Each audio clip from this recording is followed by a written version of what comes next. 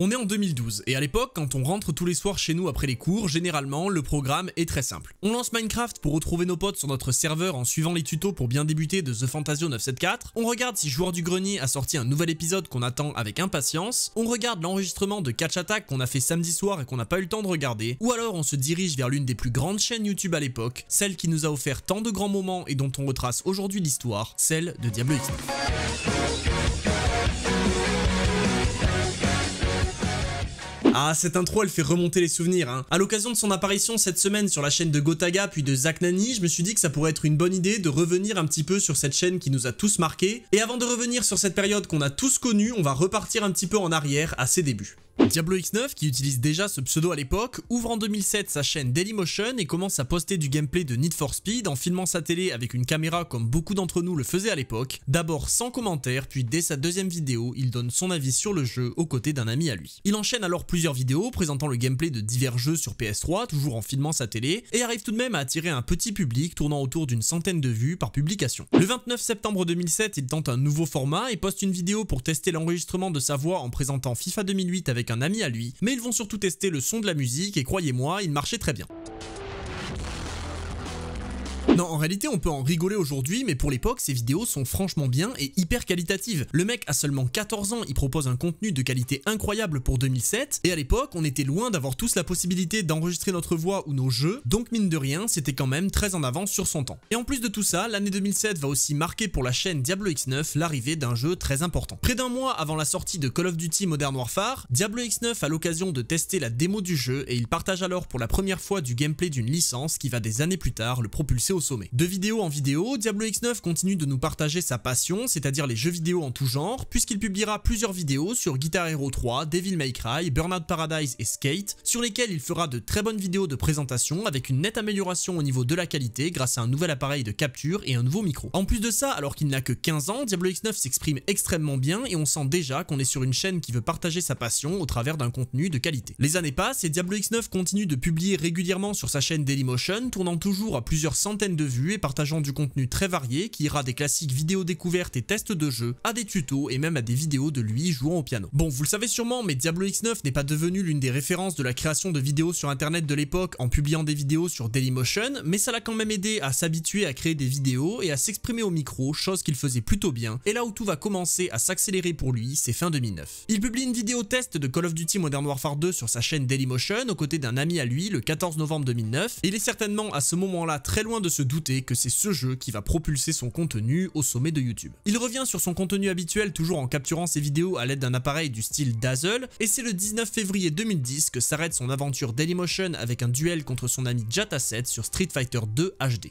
Mais on va voir que si 2010 marque la fin de son aventure sur Dailymotion, cette année va également marquer le début d'une nouvelle aventure qui elle va l'emmener beaucoup plus loin. Le 11 mars 2010, Diablo X9 publie une vidéo annonce sur sa chaîne dans laquelle il dit attendre un nouvel appareil de capture qui lui permettra enfin de publier des vidéos en qualité HD. Cet appareil, vous le connaissez tous, et Diablo X9 le recevra enfin le 24 mars 2010 puisqu'il publiera une vidéo pour tester le légendaire HD PVR. A l'époque, c'était clairement le boîtier de capture que tout le monde voulait. Avant l'Avermedia Game Capture et plus tard le Elgato Game Capture, il y avait ce fameux HD PVR qui va accompagner Diablo X9 et tant d'autres youtubeurs pendant de très nombreuses années, et on va voir que c'est cette acquisition qui va permettre à Diablo X9 de passer à l'étape suivante. Dépassant les 100 abonnés au courant du mois d'avril 2010, Diablo X9 reprend le même type de contenu qu'il publiait sur Dailymotion et obtient bien plus de succès puisque ses vidéos tests de God of War dépassent largement le millier de vues. Mais là où Diablo X9 va réellement se spécialiser, c'est quelques temps plus tard quand il commence à publier du gameplay sur MW2. Modifiant complètement son contenu à la base puisqu'il retire tout commentaire et passe les titres de ses vidéos en anglais pour espérer peut-être toucher un public plus large, Diablo X9 se met à poster des vidéos de ses meilleurs moments sur MW2 et le 18 avril, il sort une vidéo que je suis sûr vous avez tous vue.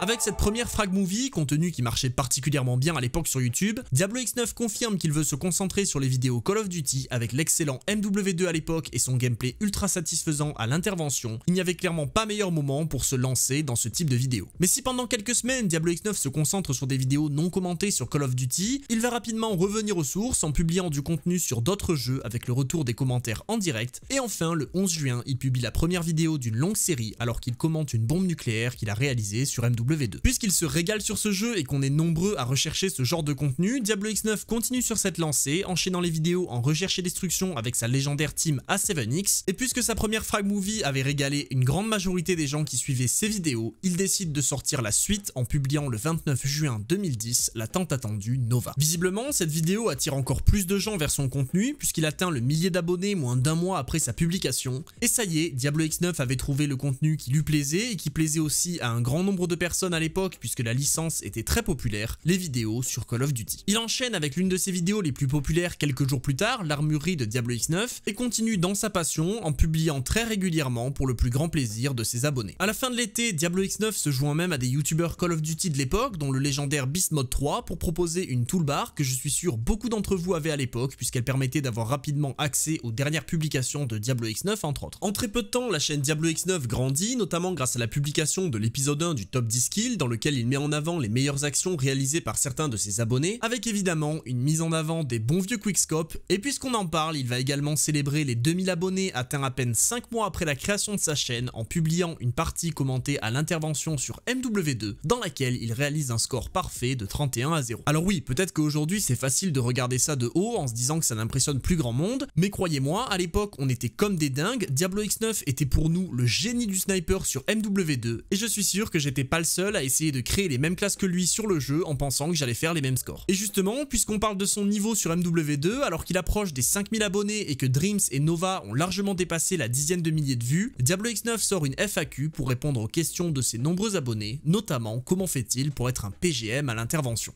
Ah, l'expression PGM, elle fait remonter beaucoup de souvenirs aussi, et je suis sûr que comme moi, vous étiez nombreux à l'utiliser sans même savoir ce qu'elle voulait dire. Mais bon, revenons à l'histoire de sa chaîne, Diablo X9 continue à grandir et régale tous les fans de MW2, en particulier avec ses top 10 kills, ses gameplays au sniper, ou encore son armurerie. Mais là où il va tout exploser, sortir à mon sens l'une de ses meilleures vidéos et régaler tout le monde, c'est le 2 octobre 2010, puisqu'il publie cette pépite. Vous en avez marre des campeurs, du manque d'originalité des types qui jouent au UMP45 silencieux qui a la puissance équivalente à celle d'un fusil de précision, des hitmarkers, des headshots qui rentrent dans les pieds, des déconnexions intempestives de l'hôte, des commandos across the map, des capteurs cardiaques, des lance-patates RPG et j'en passe. Eh bien rassurez-vous, vous n'êtes pas seul. Ah là, la nostalgie est giga forte. Cette vidéo est littéralement l'une des meilleures jamais publiées par Diablo X9. Et elle a déclenché pour moi et pour beaucoup un amour pour Paramore avec cette musique excellente en plus de faire monter les attentes pour le prochain Call of Duty puisqu'à travers cette fun movie, Diablo X9 montre tous les défauts et les problèmes de MW2. Évidemment, cette vidéo va très bien fonctionner puisqu'elle est à la fois entraînante, intéressante et évidemment très drôle pour tous les gens qui jouent à MW2 et qui connaissent tous ces problèmes. Et elle va entre autres permettre à Diablo X9 de dépasser les 5000 abonnés. Mais si MW2 est le jeu qui a permis à Diablo X9 de trouver son contenu principal, si c'est le jeu qui lui a permis d'être vu à l'époque comme l'un des plus grands joueurs au sniper et qui lui a permis d'atteindre le palier des 5000 abonnés, c'est avec l'arrivée du Call of Duty suivant qu'il va véritablement exploser et gravir les échelons de YouTube à une vitesse folle. Vous l'aurez compris, il est l'heure de parler de Call of Duty Black Ops. Après avoir fait le tour de MW2 et après en avoir eu marre comme beaucoup à l'époque des lance-grenades du fameux UMP45, il était temps pour Diablo X9 de s'attaquer à un nouvel arc avec la sortie de sa première partie commentée en direct sur Black Ops le 7 novembre 2010, 2 jours avant la sortie officielle. Et encore une fois, c'est l'une des vidéos les plus historiques de la chaîne de Diablo X9 puisqu'on ressent l'excitation de découvrir ce nouveau Call of Duty. Et évidemment, à l'époque, tous les gens qui le suivaient étaient dans le même état et même à revoir aujourd'hui, c'est marrant de voir à quel point les attentes du prochain Call of étaient grandes et à quel point on était heureux d'enfin pouvoir y jouer. Évidemment, sortir une vidéo sur un jeu si attendu 2 jours avant sa sortie officielle, ça marche et ça va d'ailleurs très bien marcher pour Diablo X9 puisqu'en moins d'un mois, la vidéo atteint presque les 100 000 vues et c'est là que tout va véritablement se lancer pour Diablox. Il enchaîne les vidéos sur le nouveau Call of Duty, publiant des parties en multijoueur mais surtout en zombie avec ses potes et membres de sa team A7X et là c'était vraiment la grande époque. Clairement il y avait zéro prise de tête, les mecs juste jouaient à Call of Duty entre potes et nous on pouvait indirectement participer à leur partie en ayant l'impression d'être intégré au groupe. Et d'ailleurs très nombreux sont les gens qui avec leurs potes essayaient de reproduire un petit peu les mêmes délires que ce soit sur YouTube ou simplement en privé sur Call of Duty. Non il y a vraiment pas à dire, cette époque de Diablo X9 sur Call of Duty Black Ops était juste juste royal et c'était l'époque où finalement le contenu sur YouTube était très simple, c'était juste un mec qui s'amusait avec ses potes et nous on se régalait. Mais bon, évidemment le jeu n'est pas parfait et Diablo X9 nous le fait bien savoir en publiant une vidéo pour annoncer la mort du quickscope sur Black Ops alors que c'était l'un des éléments les plus fun sur MW2. Mais malgré ça, lui et ses potes continuent de s'amuser en mode zombie mais également sur le mode en ligne et très rapidement Diablo X9 devient l'un des plus grands youtubeurs francophones. Sa chaîne continue à grandir, il est contacté par Machinima, rigolez pas, à l'époque c'était quelque chose d'énorme, personne ne voyait l'arnaque, et évidemment il est de plus en plus reconnu lors des parties en ligne sur Black Ops, ce qui va nous amener au 29 novembre 2010 et à ce moment.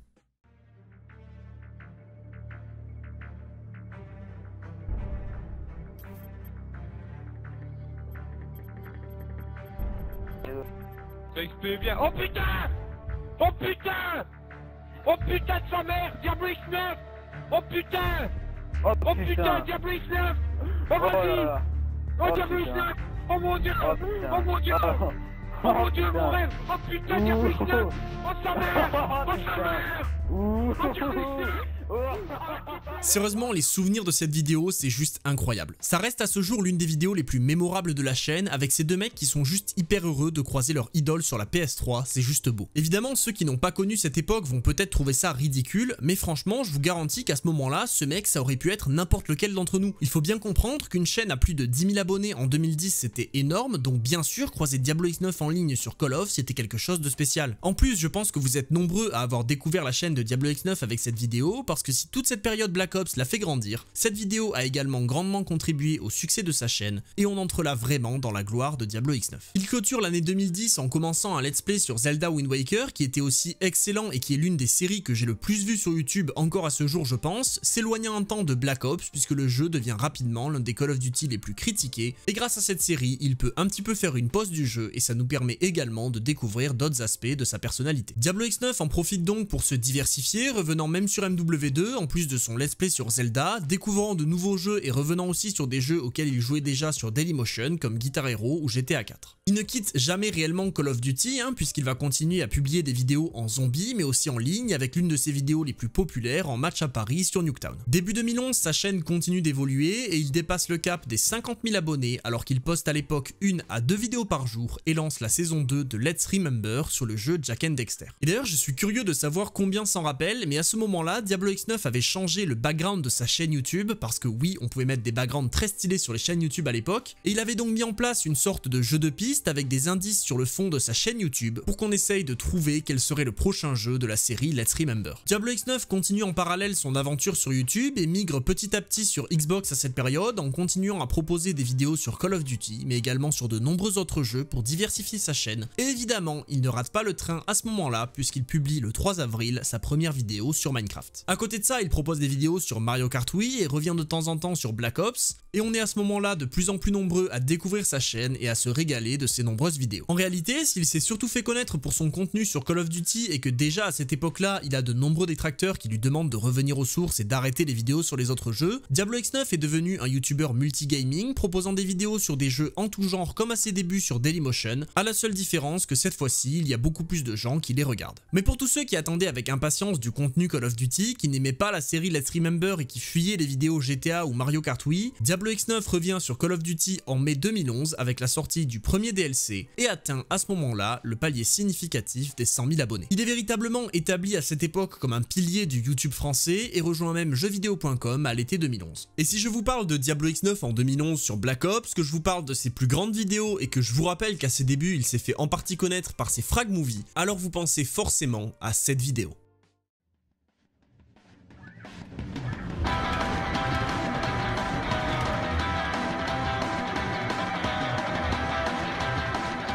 Avec Last Memory, Diablo X9 va une étape plus loin parce que cette fois-ci, il engage un monteur professionnel pour proposer une vidéo ultra propre qui encore aujourd'hui est excellente à regarder et c'est une nouvelle fois l'une des meilleures vidéos de sa chaîne. Mais si à ce moment-là on est si nombreux à suivre Diablo X9, que ce soit pour ses simples vidéos commentées en solo sur Call of Duty, ses délires avec ses potes en zombie ou sur d'autres jeux, ou même encore ses vidéos random sur des jeux qui lui plaisent, c'est avant tout pour la simplicité de son contenu. On n'est pas là à attendre le gros moment de la vidéo, on n'est pas face à des gens qui produisent un contenu qui vise à créer une certaine réaction avec tous les bons et les mauvais côtés que ce type de contenu peut avoir. Non, on est vraiment face à un mec qui joue seul ou avec ses potes, qui s'amuse et qui prend du plaisir, et qui décide de nous partager ça au travers de ses vidéos, et c'est cette simplicité qui fait le succès de Diablo X9. Et c'est donc à cette période qu'il enchaîne les grosses vidéos zombies avec les secrets, c'est là qu'il dépasse les 200 000 abonnés, qu'il découvre petit à petit Battlefield 3 et qu'il revient au classique avec des vidéos sur MW2, mais c'est aussi là qu'on va sentir un véritable changement avec l'arrivée du Call of Duty suivant, MW3. Si à la découverte du jeu, Diablo X9 est plutôt content, comme nous tous d'ailleurs, et qu'il propose beaucoup de contenu sur celui-ci, c'est un mois plus tard qu'on comprendra que Diablo X9 et Call of Duty c'était probablement de l'histoire ancienne. Dans l'une de ses vidéos les plus populaires, Diablo X9 partage sa colère concernant les nombreux problèmes de MW3, et si à côté de ça il avait déjà commencé à s'intéresser à d'autres licences comme Battlefield et qu'il avait déjà lancé sa série sur Zelda Skyward Sword, cette déception vis-à-vis de MW3 va l'éloigner encore plus de la série des Call of Duty. Bien sûr, à l'époque, nombreux sont les gens qui lui en veulent, aussi con que cela puisse paraître. À l'époque, tu pouvais devenir l'ennemi public numéro 1 parce que tu avais décidé de jouer à Battlefield au lieu de faire du Call of, c'était à ce niveau-là. Et si Diablo X9 est à ce moment-là dans l'apogée de son aventure YouTube avec des vidéos qui marchent extrêmement bien et la possibilité de se rendre à l'E3, on imagine bien que subir une telle pression ne devait pas être très facile. Évidemment, il en a un peu parlé dans le Zach en roue libre avec Zach Nani, que je vous invite à aller voir pour avoir sa version, parce que je vais pas parler en son nom. Mais à l'époque, en tant que simple viewer, on voyait beaucoup de gens le critiquer pour des choix aussi simples que décider de passer de la PS3 à la Xbox ou de s'éloigner de Call of Duty, et on peut certainement pas s'imaginer à quel point ça devait être compliqué. Et malgré ça, Diablo X9 continue de proposer des vidéos diverses et variées, attirant toujours plus de monde et devenant à la fois un pilier mais également un précurseur dans la création de vidéos sur YouTube, avec des vidéos extrêmement connues comme celle avec Benzema ou avec Ibra, mais en gardant malgré ça la base qui a fait le succès de sa chaîne, c'est-à-dire des vidéos simples où il joue avec ses potes et auxquelles on peut tous s'identifier. S'essayant à tout type de jeu dans ses vidéos entre 2012 et 2015 et se lançant même dans les lives sur Twitch, Diablo X9 atteint le million d'abonnés en 2013 et à cette époque-là, il publie au rythme fou d'une vidéo tous les 3 jours. Merci Zach Nani pour la stat au passage. Mais puisque toutes les bonnes choses ont une fin, il poste en février 2015 une vidéo découverte du jeu Dying Light et disparaît ensuite pendant de nombreux mois. Une fois de plus, je ne me permettrai pas de parler de cette période ou de quelconque aspect personnel à sa place, c'est pas le but de cette vidéo et c'est extrêmement irrespectueux. On est surtout là pour se rappeler la bonne époque, donc pour ceux qui veulent écouter Diablo X9 parler de cette absence, je vous redirige une fois de plus vers le Zach en roue libre, le lien est en description. Pendant cette absence, on est évidemment nombreux à attendre son retour, il reste pour beaucoup celui qui a bercé notre enfance, et donc quand en novembre de la même année on voit apparaître sur sa chaîne la vidéo Le Vrai Retour, on est évidemment aux anges. Diablo X9 se relance donc dans la production de vidéos après avoir présenté son nouveau setup et s'être désormais orienté vers le PC pour jouer, et il revient une fois de plus avec du contenu multigaming, et après une nouvelle absence fin 2016, il revient en 2017 avec un let's play sur Zelda Breath of the Wild qui s'arrêtera brusquement après 12 épisodes, et c'est ainsi que se clôture la chaîne Diablo X9. Cette chaîne qui nous a offert tant de bons moments entre 2010 et 2017 se termine avec la publication de ce dernier épisode sur Zelda Breath of the Wild, dont les commentaires sont remplis de personnes qui lui demandent de faire son retour, certains de manière correcte en partageant leur nostalgie de cette époque, d'autres avec malheureusement aucun respect et aucun tact, et une page de notre jeunesse se tourne alors ainsi. Et pourtant, il y a seulement quelques jours, les 1,6 million de personnes abonnées à sa chaîne ont reçu la notification qu'ils ne pensaient jamais voir avec cette vidéo.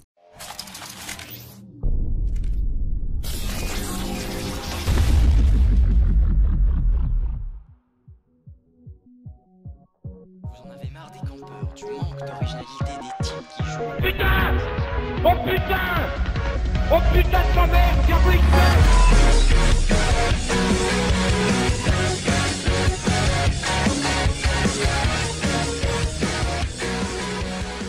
Alors évidemment, ceux qui avaient suivi les actualités de Twitch savaient que Gotaga avait atteint le sub-goal lors du Z-Event pour essayer de réunir les légendes de Call of Duty, et on espérait tous que Diablo X9 serait de la partie, mais avec cette annonce faite par Gotaga puis par Zach Nani et cette vidéo postée sur la chaîne de Diablo X9, c'était désormais officiel, le visage et la voix qui avaient bercé notre enfance et notre adolescence et qui étaient responsables de tant d'heures de divertissement allaient réapparaître, et franchement, la nostalgie était très forte. Je vous invite encore une fois à aller voir les deux apparitions de Diablo X9, que ce soit chez Gotaga ou chez Zach Nani, mais c'est vraiment un pur bonheur parce que revoir Diablo X9 si longtemps après, c'était quelque chose qu'on n'imaginait jamais. Bien sûr, maintenant la question que tout le monde se pose, c'est va-t-il revenir, et en réalité, on ne le sait pas. Bien sûr, on est nombreux à espérer, mais il faut également comprendre que c'est pas quelque chose de si facile, et donc s'il a laissé entendre que ce retour sur les lives de Gotaga et de Zach Nani était pour lui un premier pas, seul le temps nous dira si cette année est également celle du retour de Diablo X9 sur YouTube et sur Twitch. Quoi qu'il en soit, avec ses vidéos sur MW2 puis Black Ops 1 en zombie notamment, ses let's play sur Zelda et ses simples vidéos sur d'autres jeux. Diablo X9 a marqué l'enfance et l'adolescence de nombreux d'entre nous, et revenir en arrière pour voir ces vidéos aujourd'hui, ça m'a fait extrêmement plaisir, parce que c'était clairement une époque excellente. Encore une fois, tout ça est en grande partie lié à la nostalgie, et bien sûr que nombreux sont les gens qui auront aujourd'hui le même sentiment d'ici quelques années avec les youtubeurs actuels, mais cette époque du double pouce vert, de Diablo X9, Beast Mode 3, Monsieur le V12 ou encore Fanta et Bob, c'est une période qui est très chère au cœur de beaucoup d'entre nous, et j'espère que cette vidéo vous aura permis de vous y replonger. J'espère que cette vidéo vous aura plu et qu'elle aura peut-être permis à certains de découvrir Diablo X9 et de comprendre pourquoi cette chaîne était si importante à l'époque, mais j'imagine qu'elle aura surtout permis à la plupart d'entre vous de se remémorer cette très bonne époque, et si c'est le cas, n'hésitez surtout pas à me partager vos souvenirs dans les commentaires, et n'oubliez pas aussi de liker la vidéo et de vous abonner, ça fait toujours plaisir. Vous pouvez aussi me rejoindre sur ma chaîne Twitch et ma chaîne secondaire, les liens sont en description, et d'ici là, je vous dis c'était Monsieur Hawkin, et on se retrouve très vite pour d'autres histoires.